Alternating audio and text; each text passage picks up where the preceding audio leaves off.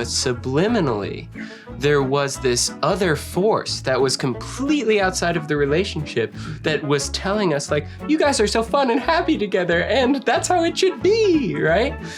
You have to be protective and have really strong boundaries around who you want to engage with and how you engage, because, or just be very true to who you are, because that noise can show up at any point in time.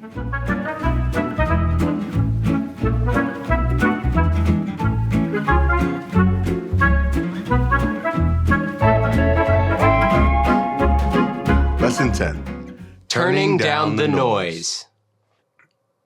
It's noise. It's all noise, right? Mm-hmm. And you have to be so grounded in who you are, what you believe, especially with reality TV being something that preys on your self-esteem, right? Mm-hmm. You have to have a level of just focus and just groundedness that can get lost so quickly.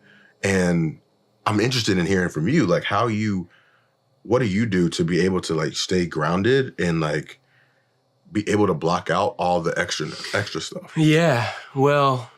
Or how you did it. Yeah, I mean, I didn't always, you know? Mm-hmm. It's not always that easy. And, you know, there's one specific instance that's like really embarrassing for me that I've never talked to you about before. When it took me a while to really specific, you know, I think talking about the internet, it's so much of this is about the internet, right? And exposing ourselves to the blogs, to the social media stuff, you know? And there was one episode that was released. There was an outing that you and I and our respective partners were on together. And like, I would occasionally, I would check the blog about the show.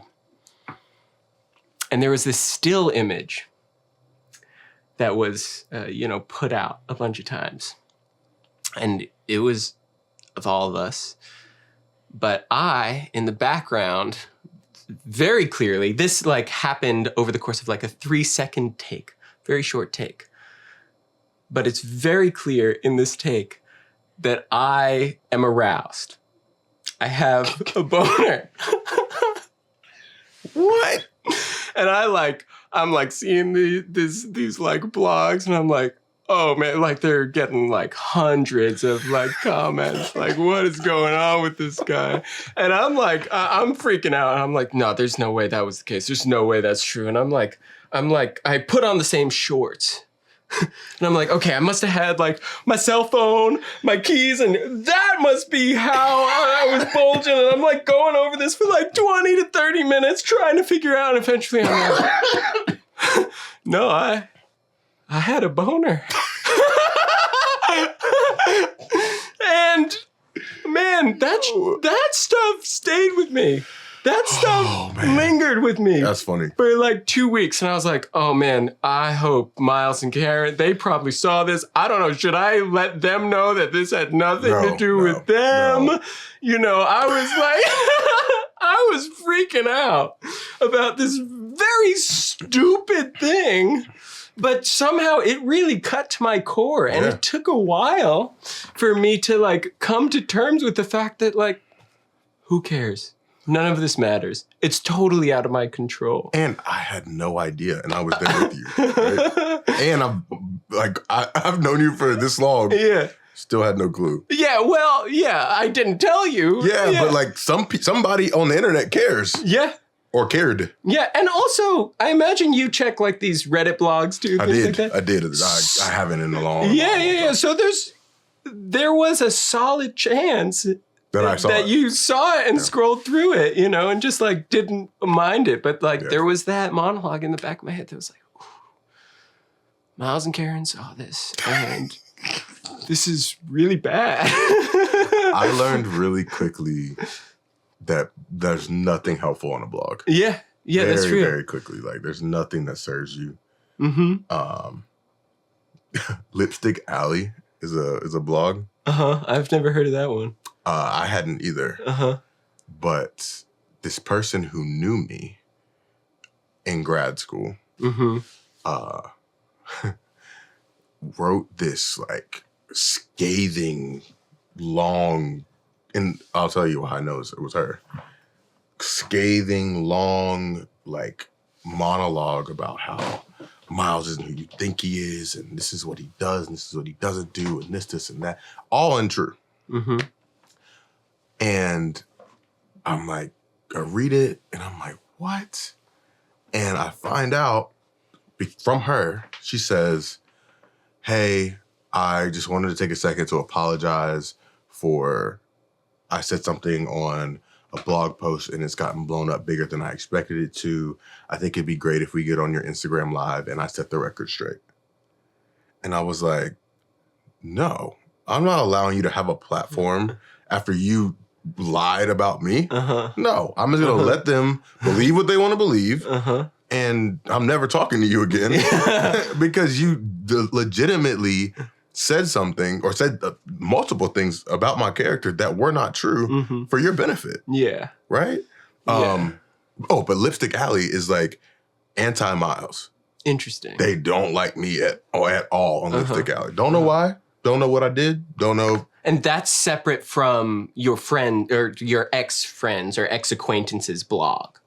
She made a blog post on Lipstick Alley. Lipstick Alley. Got it. And I just remember like there was a span of like a couple weeks where I was like, man, people at Lipstick Alley, they don't like me. I don't know why they don't like me. I'm like, I didn't even care about Lipstick. I don't care about Lipstick Alley, but now I all of a sudden care about Lipstick Alley. Why? Yeah. Why?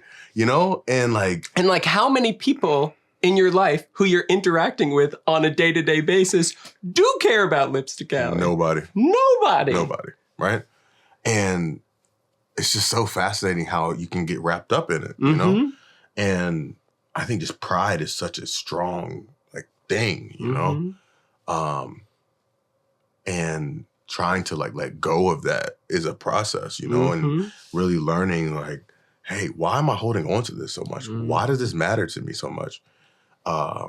It's a process that's really hard, but it's also really hard, like you said, when you're getting benefits from it. You know, you're learning that, you learn in this process that like the longer you stay together, the more money you can make. You have a kid, that's more money. Like you have multiple kids is even more money, right? And it's like people are invested in care. Like people really care. And that's great and well and good, but that's also not how I want to be remembered forever. Yeah. Right? I don't want to be remembered as a reality TV personality. Yeah. Right? I'm down to be able to talk about this experience. I think it's important. I think it's valuable to be able for us to be able to live that and then be able to share. This is more important to me, that people like are aware of how the process is and like how they can benefit from it, but then also how they can protect themselves if this is the choice they choose to make. Like that is something that's a value and a purpose. Whereas all the stuff that's the noise is just, it's not life-giving. It's not affirming. It's not all the things that you said. What was the word? The word you used was empowering to the other person, right? Like it's not empowering. And I want to make sure that that's the life that I live. And I'm grateful that we're doing this project together because it's like, it feels redemptive in a way, you know, to be able to talk about an experience that very few people talk about. Yeah. In a meaningful way. Yeah. I also want to add, you know, we're talking about like our truths, our personal priorities. Yeah. I don't cast any judgment on or feel any negative way about people who have gone through the reality TV experience and have chosen to pursue the kind of life that we have opted out of. Yeah, right? Certainly. If that is a life that you are interested in pursuing, that you think will be fulfilling and meaningful for you, right? That is totally valid. Certainly. There is absolutely nothing wrong with that. Nope. In fact, it is very possible to use that platform for good, right? To promote meaningful initiatives, right? Not only to like earn a living from your platform, but also to talk about topics that are meaningful for you and to empower the people who are following you and are invested in your journey. So by no means is that any of this to say that there's a right way and a wrong way to capitalize on or to interact with or use your public platform. There are many different ways to do it. We just happen to be two people who, for the most part at least, opted out. But opting in can be a beautiful, fulfilling, enriching experience as well. Yeah. And then I think like we vacillate between like opting in and opting out, right? Like we're on a public platform. Totally. Still, right? If there's an opportunity where I'm able to make some good money to go do something that's going to be very simple and low lift compared to what I normally do, yeah, I might take it if it feels like it's aligned with what I care about at the moment and what my values are. And so I think I appreciate you bringing up the point that there's no judgment made here, right? There's no judgment you should have of yourself. There's no judgment you should have of others, because that's where the harm comes, right? All the harm comes from judgment, the judgment of blogs, the DMs, of et cetera. That's where it feels like the most painful. And so making sure that we are being very clear that whatever your intentions are for being on reality TV, remaining as a part of a public platform or being a public figure, making sure that you know that whatever you choose to do for you is what's best for you, and that's perfectly fine. The most important thing to keep in mind, though, is no matter what path you choose, always making sure that you're checking in with yourself and potentially your partner about the ways in which the noise and your platform are impacting your personal life. And it could impact your personal life for good, right? Yeah. But just making sure that you're not closed off to considering that relationship, right? Because it is a relationship. It is a feedback loop. Yep. The two obviously are increasingly intertwined with one another. Yep. And it's important to be able to say, okay, here are the ways in which my personal life is feeding into my platform and vice versa. Yeah. So that you can always have a very clear lens, a clear perspective on what is going on in any given moment. Yeah. One of the areas that I wish I was better at was communicating how much the noise of our relationship, around our relationship, was impacting me. I don't think I took a lot of time to really explore that and like dive into how it was affecting me, instead of like I think my goal was to like protect the relationship and protect the person that I was with, right? And often like neglected myself in that process. And that didn't serve me and that didn't serve them or our relationship, right? And it's in hindsight, wish that I mean, you know what you know now, right? You learn. But I think that I believe that noise goes away or cameras away, that shifts, that's a strong shift in the dynamic of our relationship, you know? Our own sense of value and self-worth, our own ability to kind of cope with things, conflicts that we're having that would not exist without this third party or third, fourth, fifth parties. Those things go away. And I think that that's a very, very challenging thing. And so I think about celebrity couples in particular, right? I think that now that folks feel like they have to issue out a statement when something happens, right?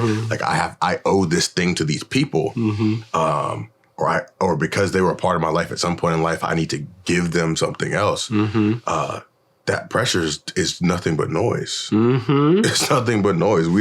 Nobody owes anybody anything. I don't owe you anything. And like, I really had to go through this process, and still going through this process of like, do I feel like I need to give the world the closure that they want, right? Or can I have that by myself and walk off into the sunset, right? Or do I still need to have a public presence or not, right?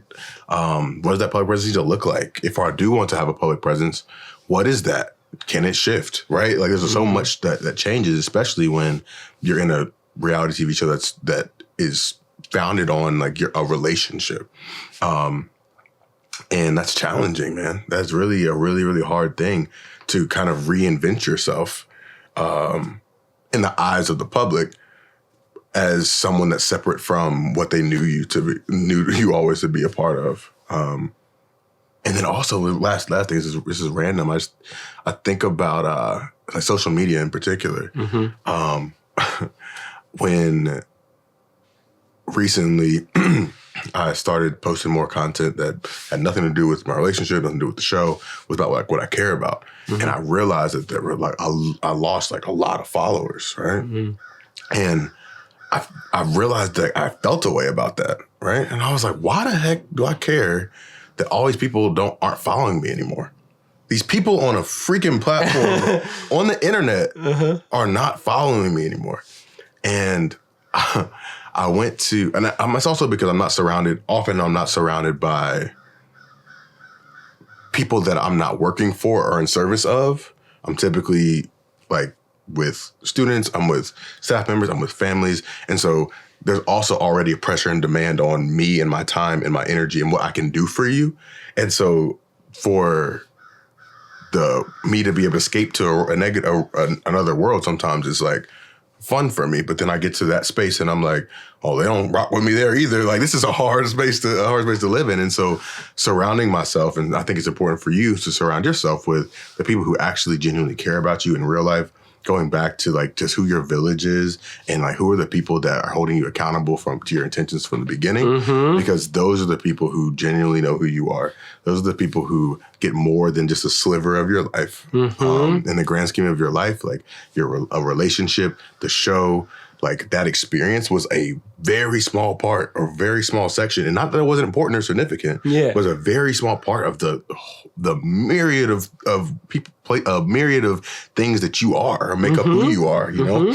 And it's easy to lose sight of that. Yeah. Yeah. Absolutely. Yeah. Absolutely. And I think you brought up kind of the phases of the TV experience, which, you know, it's easy to break it up into two, right? Mm-hmm. There's the shooting and there's like the release, right? But in fact, it's many more stages than that, right? There's the shooting, right? There's the period between the shooting and the release, which it feels like you're in the strange decompression chamber, this like liminal moment when you don't know what's going to happen next. And it is kind of like a very sweet moment, you know, you can just kind of forget about it for a second. And then there's the release and everything that comes with that. And then after that, there's the process of forgetting, right? And that's our forgetting. Maybe forgetting isn't the word. Is it fading away, or is it letting go? Letting go is what I'm looking at. But it's letting go. Not only are we letting go, right? Because it's necessary if you choose to take the path that we have taken to let go. Yeah. But also, our audiences are letting go. Because there are newer and brighter and sexier things coming out every day, right? New seasons of our show, other shows, there are all sorts of things. We live in this general kind of state of amnesia. Yeah. You know, we're just looking for the next great thing. And that can be, you know, this is hard for me to admit because I want to act like, no, I don't care. But like that for me was hard, right? Yeah. I love the attention. Yeah. It was cool. Yeah. You know, people really thought I was cool. And like for folks to just say like, okay, you were cool, on to the next thing, you know, for me to feel like I was just like discarded, you know, I was just a piece of candy or something that they chewed on and then spit out, you know, it wasn't a great feeling. But then, of course, checking in with the people who I'm closest to, checking in with the people who were there from the very beginning to hold me accountable was what brought me back to reality, the true reality, what brought me back to my grounded sense of self and gave me the purpose, the direction I needed to remember that this show was just a moment in my life. I'm not a character in this show. I'm a human being. Yeah, I have a great example of how that happened, right? Because I'm walking, this was this past July, right? I'm walking through the city and I get recognized a lot. Like no matter where I am, what I'm wearing, who I'm with, like we'll just randomly get recognized, right? And I'm not in public often, so I guess I still get surprised by it. But in July, there was an Essence Fest. And so I was a part of a panel one of the days because I'm a public figure, right? And so the rest of the time, it's also an event that has a lot of Black women. So a lot of Black women who loved the show or were very into who like my relationship was, who I am, et cetera, were there. So I was ready. I was expecting a lot of people. And so I recognized a lot, got connected, I stopped, took pictures, whatever. And it was fine, it was fun, but then it was also like a little draining, right? And so I'm walking down the street, I'm with some people, and I'm walking, and this lady's like, I know you. And I was like, yeah, I know. And she was like, no, not you. And was talking to the newest cast was like who I was hanging with. Yeah. And they were like, oh no, I'm sorry, I was talking about them. And I was like, oh hell no, you don't know me. If I didn't say that, but that's how I was thinking. I feel it. And I was like, hold up, bro. Like, stop. Yeah. Like, who are you, right? And was like mad at myself because I'm like, why are you like this? But it's a very real feeling, right? It's like, and so there's something new and better and sexier and more recent that other people are going to be a part of this process. And it's like, and so it was just interesting because I could see them like excited to be able to see these people, right? And they're like, oh yeah, I'll take a picture with you and whatever. And I was like, you're taking the photo. Well, I'm taking the picture. I'm sitting there with the phone like taking it as lazy as possible. Like, right? But also was like, oh, you know what? Like, my life isn't just this. And like, some people don't even know who I am. And that's perfectly fine. Well, and that's good, right? Like, this is what I've wanted or said that I've wanted, right? And so now I can live. And that was such a like liberatory feeling for me to be able to be like, oh yeah, like there's people who watch this show don't even know who I am. Yeah. Thank God. Yeah. You know? And so I think it's a spectrum of like feelings, but I think it's really important to name that and be true to, like there is some really good things I feel about this, but then also know that like you're just a moment in time, especially on shows that are successful. And it's easy to forget, as you're saying, the beauty of anonymity, right? The fact that like I can meet somebody for the first time who hasn't watched the show and I have complete control, or at least some more control, maybe not complete control, to define who I am in that person's eyes, right? To tell my story in the way I want my story to be told. Whereas like if I'm meeting somebody who's watched the show, they have a very specific idea of who I am. And like you're saying, like with each passing year, we get further and further and further away from that person who people feel like they know so intimately. And it's harder to change that perception, right? And there's something really beautiful and valuable about being able to start on a fresh slate. Yeah. I think interesting, something that's contradictory to that is I also think that when you're painted positively on TV, it also lends itself to like having really positive interactions with people, right? And so some people who are fans of the show or fans of me were really like excited to meet me, right? And because of that, like we've developed a relationship of some sort that's been rooted in like, oh, a really positive and like I think this of you, and so because of this, I want to give you this opportunity, or I want to connect you with this person, and so like it's so just like muddy that how like any interaction can lead to being a very like mundane and normal interaction, which you want a lot of times, but then also there's some like fanfare and excitement that comes from people knowing who you are. And then like, it's just all over the place, man. And then working in education and working in community, it's really difficult because I have students who are 4 years old and I have students who I worked with who were 18 at the time when I was working with them, but now like 24 years old. And then everyone in between, and then their parents, like, especially in a small city like New Orleans, like people all know each other, right? And so I don't know where you know me from. A lot of times when I'm navigating the city. And so it's like, you constantly feel like you're on. Or like you have to be aware of like your surroundings. But at the same time, like I think the great thing about New Orleans, specifically the city, is it's such a like, you can be who you want to be type place that I've learned to start to feel more safe just being the same person all the time everywhere I am. Yeah. Which is like a weird tension, but it also is like liberating in that I'm like, shoot, this is who I am. And like, you can take it or leave it. If you're a parent that sees me, like, this is who I am, and you accept me as a human. And I think that like, it's really cool to be able to be received positively.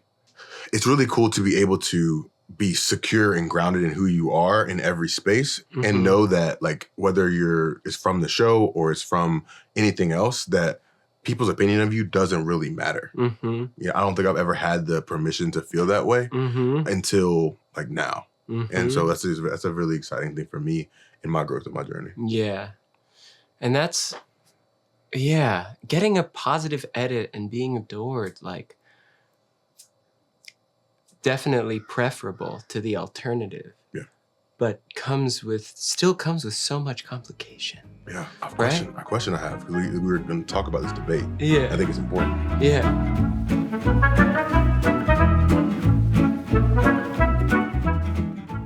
Thanks so much for taking part in this lesson today.